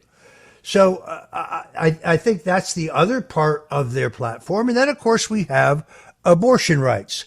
Now, they would like us to believe that Roe v. Wade outlaws abortion for women across America. That is, of course, false. All the Roe v. Wade decision, or I should say the decision voiding Roe v. Wade, was to throw this decision back to the states. Abortion is readily available in New York State and in New Jersey and in Connecticut and in California and in, frankly, most of the country. Yes, states like Alabama or Texas, given the will of the voters in those states, may put certain restrictions on abortion. But the idea that the Republicans and Donald Trump have outlawed abortion is, well, simply not true. Then, of course, there is Social Security. Unbelievably, in a suicide wish, the House Republican Conference has put forward a proposal that would extend the date before you can begin receiving your Social Security benefits. It would also give you a means test, essentially take into consideration any outside income that you have that would be deducted from your Social Security payments. In other words, you would have a cut in your Social Security benefits. That's political suicide. But most importantly, of course, Donald Trump, the standard bearer, is absolutely opposed. And I predict to you that the Republican platform will oppose this. We are in a campaign in which the Democrats have nothing positive to say about their record. They can't talk about the border and border security. They certainly can't talk about our safety in the world. Troy, we read just this past week that the Russians, that the Russians have moved nuclear submarines who are fitted with long-range missiles into the Gulf of Mexico. They are literally miles from our shore.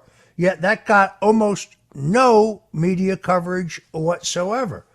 We also saw, about the time of Donald Trump's unjust conviction, an announcement that, along with the British and the French, we had agreed to the use of U.S. missiles to strike targets inside Russia. Is this not an invitation for World War III? Well, and let's be clear here, Roger. We're looking at a situation, particularly with Russia, where we have a hostile power where, is 90 miles off of the coast of our country with nuclear capabilities. And it got you're absolutely right in stating that it basically got no press coverage. We covered it at Slingshot News, and other people it covered it, I think, across the country. But the mainstream outlets, Roger, the major outlets, they were not covering this story. And it kind of goes hand in hand with another situation that occurred earlier this year. I spoke with several sources who have information about Iran's influence, particularly in Iraq. And they told me that the Iranian Navy has actually been strengthening themselves and using exports from Iran, oil exports, that is, to China, to get in more money. They're getting billions of dollars, and they're upgrading their Navy. And I was interested to learn, I didn't know this, Roger, until about 2 weeks ago when we broke the story, that the Iranian Navy has actually had their military in the Gulf of Mexico as well. They've traversed the Panama Canal. They have gone as close as to about as the distance of 90 miles that these Russian submarines with the nuclear weapons are at. And they were completely outfitted with weapons and missiles and things that could be used with a nuclear warhead to launch nuclear attacks on the United States. So while Biden claims and the Democrats claim that Trump is a threat to democracy, they have multiple Cuban Missile Crisis 2.0 situations going on with the Russians and the Iranians that they refuse to talk about, one, and two, address. We are in the worst situation as far as national defense is concerned that this country has been in since the 1960s, Roger. There is a bigger threat to the United States right now off of our shores that there has been, maybe in the existence of the United States, maybe even going back to 1812. That's the only time that I'm aware of that any foreign nation tried to invade the United States.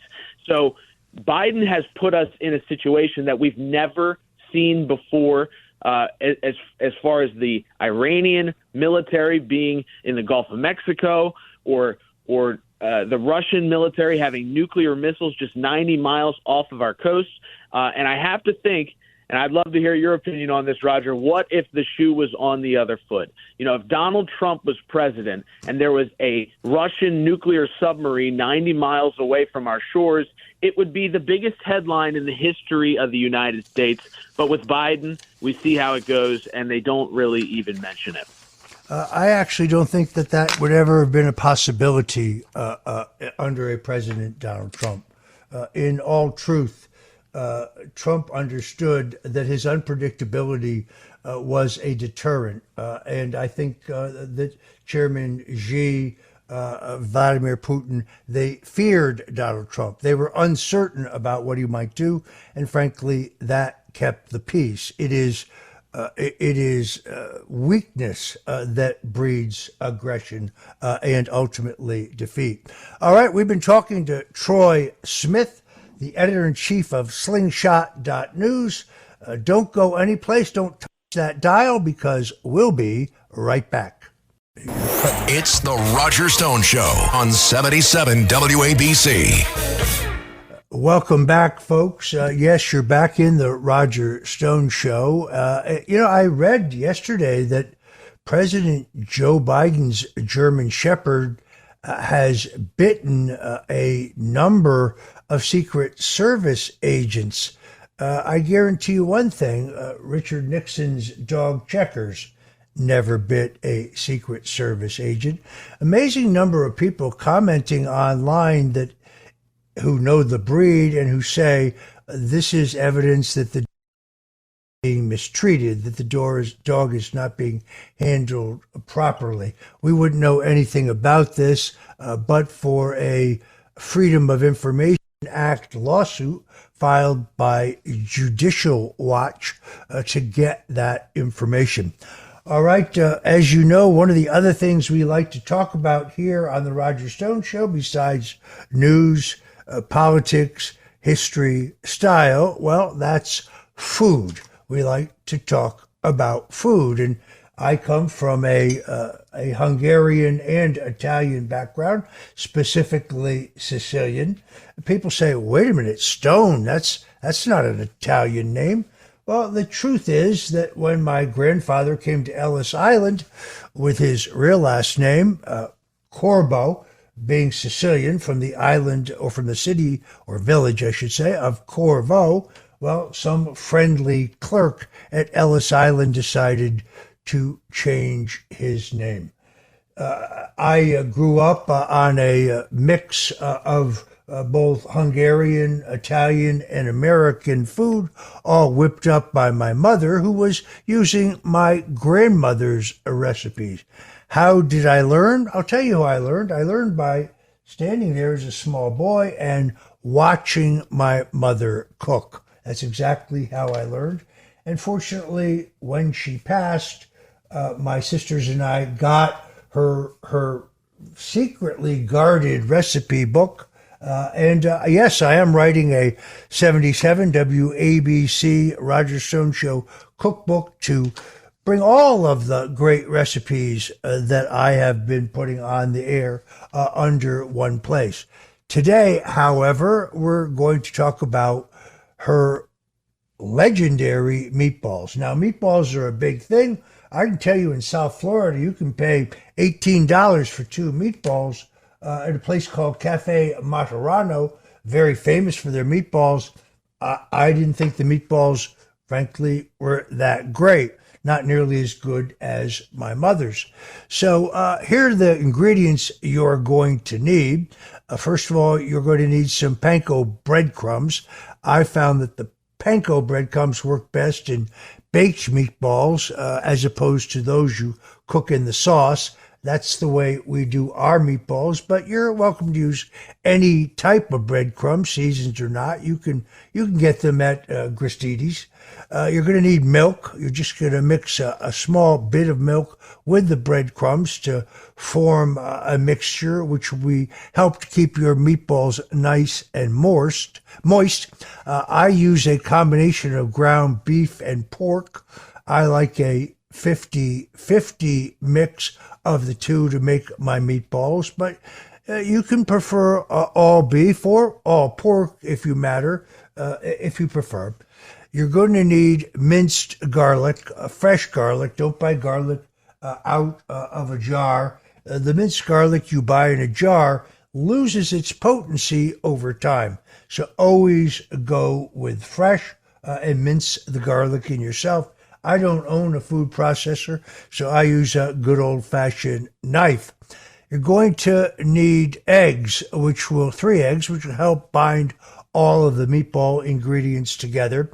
And then, of course, you're going to need Parmesan cheese. I always recommend using freshly grated Parmesan instead of the pre-grated stuff you can get in a jar. That's for maximum flavor and freshness. You're going to need that. Fresh Italian herbs, they come mixed. You're going to want to add them to your meatball mixture. I sometimes use a mixture of basil and parsley here. Be very careful not to overdo the parsley. Parsley is a very, very strong herb, and it can ruin the balance of your meatball. You're going to need some grated yellow onion. Yes, grated, not chopped, but grated. People get weirded out when they get a big chunk of diced onion in the meatball, so I use a box grater. Going to need a splash of Worcestershire sauce, and then, of course, dried oregano, sea salt, black pepper, and crushed red pepper flakes. That's what you need. First, in a large mixing bowl, stir together the panko and milk until they're combined, and then set that mixture aside to soak for, 5 to 10 minutes while you prepare the other ingredients. I use a fork to mash the mixture into a paste. Now combine the ingredients, the ground beef, the ground pork, the garlic, the eggs, the Parmesan, the fresh herbs, the grated onion, and a splash of the Worcestershire to the same mixing bowl. Now sprinkle in the oregano, salt, black pepper, and the crushed red pepper flakes evenly on top.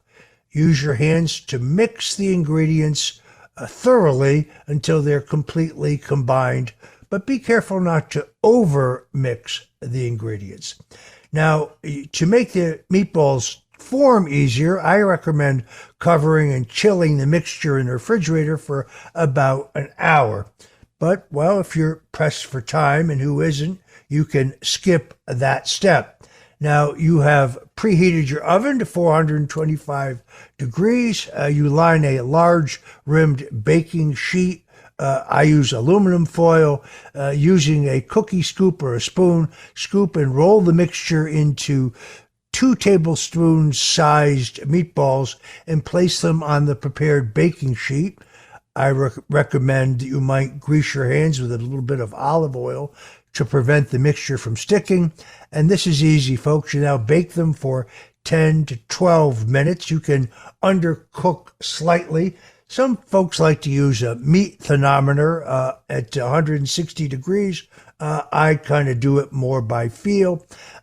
Take them out, dump them into your Pomodoro sauce, which we have given you the recipe for in the past, and you will have the greatest meatballs you have ever tasted. Marron. These are great meatballs. They're going to be in my upcoming cookbook. So that's it for today. I'm glad we got our recipe in. I can't tell you how proud I am to be part of the 77 WABC family. Now, don't go anywhere because my good friend Joe Piscopo is coming right along with Sundays with Sinatra.